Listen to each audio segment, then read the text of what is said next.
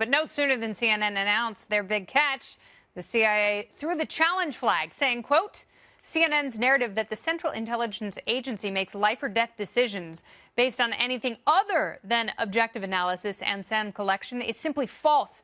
Misguided speculation that the president's handling of our nation's most sensitive intelligence, which he has access to each and every day, drove an alleged exfiltration operation is inaccurate. Another problem with CNN's reporting is that the extradition in question was first attempted in 2016 under then-President Obama. Secretary of State Mike Pompeo was the former head of the CIA, and earlier today he also took time to call shenanigans. The reporting is materially inaccurate, and you should know, as the former CIA director, I don't talk about things like this very often. It is only the occasions when there's something that I think puts people at risk, or the reporting is so egregious as to create enormous risk to the United States of America that I even comment in the way that I just did. The reporting there is factually wrong. What else don't you talk about, Mike?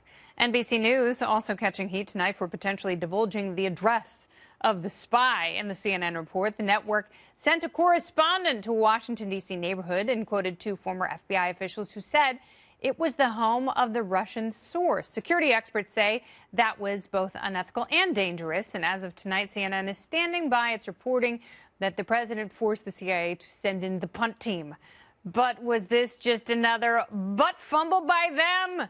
Let's talk to tonight's party panel and suss it all out. We've got attorney and senior policy analyst at the Independent Women's Forum, Inez Stepman is here, along with Reason.com associate editor and author of Panic Attack, Go Get It Today. Robby Soave is here. We also got former CIA analyst and host of the Buck Sexton Show podcast. It is the one and only Buck Sexton. Welcome, everyone. Hello. Your wheelhouse, the CIA. What did we see here on CNN? Nonsense. Balderdash. Malarkey. Look, right. CNN ran with this story because of the hook that President Trump messed up. That's the only reason that they even thought this was really a story worth telling. I would also challenge anybody to explain to me why, forget about being a journalist, just as an American, you'd report on this knowing that there are these lines, and journalists will tell you that they will adhere to them of, we won't do things. They know a lot more than they report oftentimes. Correct. And this was a case where why exactly should the public know about this? Oh, they should know about this because it looks bad for President Trump. The officials that spoke to these journalists, they're breaking their oaths. I think the journalists that are reporting this, they acted irresponsibly. And then on top of all that, the CIA, which very rarely, they do the whole I can neither confirm nor deny thing, which is what I say when people are asking me all kinds of questions. They do that. They don't say this is a pile of crap. And that's what they've said here. CNN has egg all over its face, as it should. And I think that this just shows us that Trump derangement syndrome erases all the boundaries, erases all the rules for some people. Yeah, we were talking about this earlier on the 5 today, and it seems like if something happens, if you want it to be that the president's bad behavior caused that thing, you just say it. You don't have to have any proof. You certainly don't have to show your work. So what happened here? Was it a misunderstanding?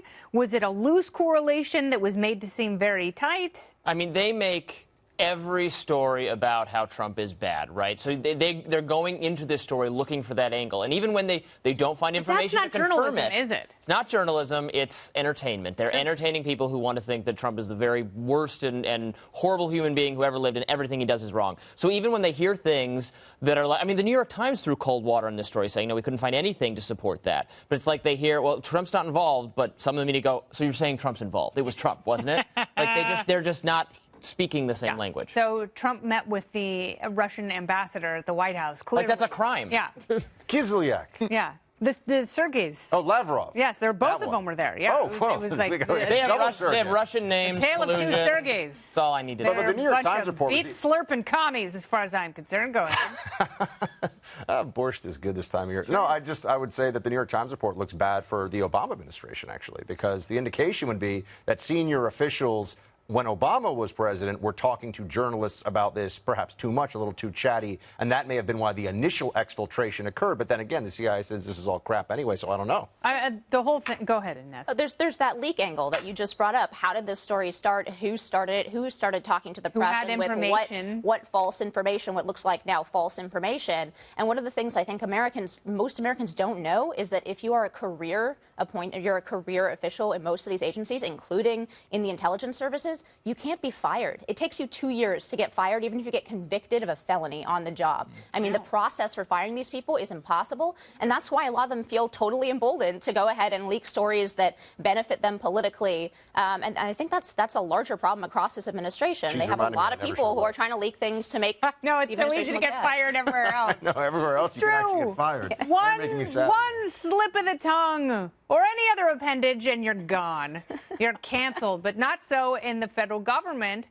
But I think it also speaks to the looseness of the Obama administration in terms of Russia. And it almost goes back to that 2012 debate with Mitt Romney and President Obama and him saying, yeah, Russia's a big deal. And Obama's like, yeah, the 80s called. The most interesting thing I thought in the story, I mean, this was kind of like from Homeland, the television show, is when they tried to pull the guy and he didn't want to come, and that made them suspicious that maybe he had gone. That part of the story. Because he didn't want to live in the United States, that maybe he was staying there because he was a double agent. Now they the don't Russian trust government. him. Like, okay, something's compromised here. We're going to have to pull you out. He's like, I got family. And they're like, oh, we can't trust this guy. Which I didn't understand because that makes sense. Well, they're saying he doesn't want to leave because he's working for the Russian. He's triple agent. Yeah, that was kind of implied in the. Being a rich Russian is fun, from what I understand. Oh my gosh, the yachts and the artwork alone. Yeah, exactly. Well, look, as I'm willing to sign up for that program. They own our sports teams. Yeah, so it depends on what this guy's doing. They own everyone's sports teams. That's a fair point. They got nickel mines and Nickelback. Well, did he quit or was he fired? That's right, Nickelback, now owned by Russia. Well, that is a $64,000 question as the nation tries to figure out exactly what in the wide world of sports happened with John Bolton. The hawkish national security advisor was shown the door this morning, reportedly after a string of policy disagreements with the president. It apparently all came to a head last night when the two men supposedly had a, quote, bitter fight over proposed meetings with the Taliban. The president apparently wanted to hold the summit, but we're told Bolton thought it was a terrible idea. And then out of the blue this morning, the president tweeted, quote, I informed John Bolton last night that his services were no longer needed at the White House. I disagreed strongly with many of his suggestions, as did others in the administration. And therefore, ellipsis, I asked John for his resignation, which was given to me this morning. I thank John very much for his service. I will be naming a new national security advisor next week. Bolton quickly fired back, tweeting, quote, I offered to resign last night, and the president said, let's talk about it tomorrow. We then received a copy of Bolton's, quote, resignation letter, and that reads, Dear Mr. President, I hereby resign effective immediately, Assistant to the President for National Security Affairs. Thank you for having afforded me this opportunity to serve our country. Sincerely, John R. Bolton. But then Secretary of State Mike Pompeo and Deputy Press Secretary Hogan Gidley did their best to push the president's narrative. Watch.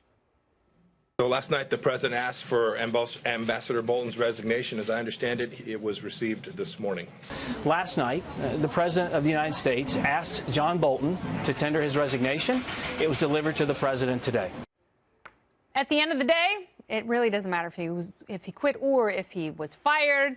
He's gone, baby, gone. But what does that mean for White House foreign policy moving forward? Robby. Well, Bolton was out of step with a lot of what Trump wanted to do. Trump wanted to chart a course more in the libertarian mold of not being so militaristically involved in other countries, and Bolton was absolutely the opposite guy for that course of action. So it was always a little bit strange to have him in the room, I think doing a lot of sort of behind-the-scenes tinkering. There's some question about whether he was leaking stories to kind of reflect badly on, Trump's not listening to me enough and he's not being tough enough with North Korea, Iran, things of that nature. Yes. So I'm glad to see him go because that's not the direction that the American people wanted when they elected Trump. Really interesting, though, mixed reactions because Rand Paul is like, great, never liked him. Glad he's not the administration anymore. And Mitt Romney is like, this is the worst day ever for our country. I think Mitt Romney had Max Boot as an advisor at one point for foreign policy, which if you've read Max's I'm now going to vote for Democrats column for the 50th time, you'll know that everybody can make mistakes. Which, unfortunately, does not influence the fact that the president is still the president. He's very upset about that. That was part of that column. Yeah, he has yet to defeat this presidency with his columns. Anyway, as for Bolton, people say he's a neocon. He's actually really more of just an ultra hawk, I think. He does not like the term neocon. He does not like the term neocon. Because he wants to destroy the nations and then not put anyone in charge of them. Yeah. Neocons want to put someone new in charge of the country. So just level it. He wants to get rid of it. the nation-building step altogether. Yeah. Bill? Look, No, he has an ant farm in his office and a hot magnifying glass, and all he does is burn ants all day long, pretending Yes. they're Iran, North Korea, Kim and China. Jong-un. Yeah, exactly. Xi Jinping. Bashar al-Assad. How you like me now? So we're apparently playing bad cop and batter cop here when it comes to Bolton. Neither of us, I think. And he's done red eye, by the way, on this network. I've done it with him. I actually like that he was such a good sport about that. As for his foreign he has policy, a tremendous sense of humor. she's very funny. I love fighting with John Bolton, but I have to say, the chance of a war with Iran is less today, and I think that if nothing else, that's something and that the people stock should market be went up pleased 8,000 about. points because of that. There you go. So, I mean, I thought it was good. I'm probably the most hawkish person on this panel, but I thought it was a good thing to have him in the president's ear. But what I find really disturbing about a lot of this is not a new thing, that the president, chooses who his advisors are, what kind of information he wants around him, what kind of advice he wants around him. Mm-hmm. And there seems to be this culture around intelligence and in Washington, D.C. and around foreign policy that says, well, if you don't have this particular set of experts, who, by the way, don't have the greatest track record going back the last 20 years, then it's somehow really, really dangerous, and the president's out of control, the administration's out of control. I think that's a dangerous narrative, right? These folks don't have to stand in front of the American people and answer for this foreign policy. The president ultimately does, and he has the right to choose his advisors. Yeah, but I don't think he has to have advisors around him that are encouraging civilian casualties. And I'll get into that in my memo a little later in the show. You wanted to make. I'm just going to say that, there are 1,000 people who can do the job of national security advisor who already work in the national security apparatus. 10 of them are here We at tend to Fox. think that this is almost I was going to say, I can make a few phone calls, and actually, Mr. President, I'm free. But, you get this sense that the names that you know are the ones that can do this the best. That's actually not true, whether it's talking about the CIA director, the national security advisor. Mm-hmm. Bolton wasn't aligned, not just on some vague foreign policy issues. I mean, to what Robby said before, he wasn't aligned on some stuff with Trump that Trump promised the people who that's voted true. for It wasn't him just a on. misalignment. It was a diametric opposition to what the president campaigned on and what it appears to be what he really believes. But having said that about Ambassador Bolton and, his foreign policy and him being in the driver's seat, a little frightening. But right before he took the White House job, we had him on this show on Party Swap. He was playing the liberal, and we asked him about Afghanistan, and here's what he said about the Taliban.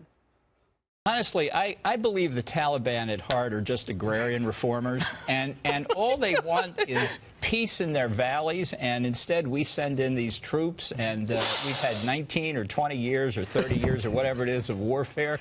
I am convinced that if we sent in the Peace Corps instead of the Marines, we'd have peace in Afghanistan. See, let's build a wall, Mr. President. Agrarian reformers! Party Swap is back tomorrow night. We've got Dolph Ziegler, Guy Benson, and Danielle McLaughlin. Don't miss a moment of it. The panel returns a little bit later. We're going to have more on Afghanistan in the 18 years since 9/11. So what have we really accomplished there?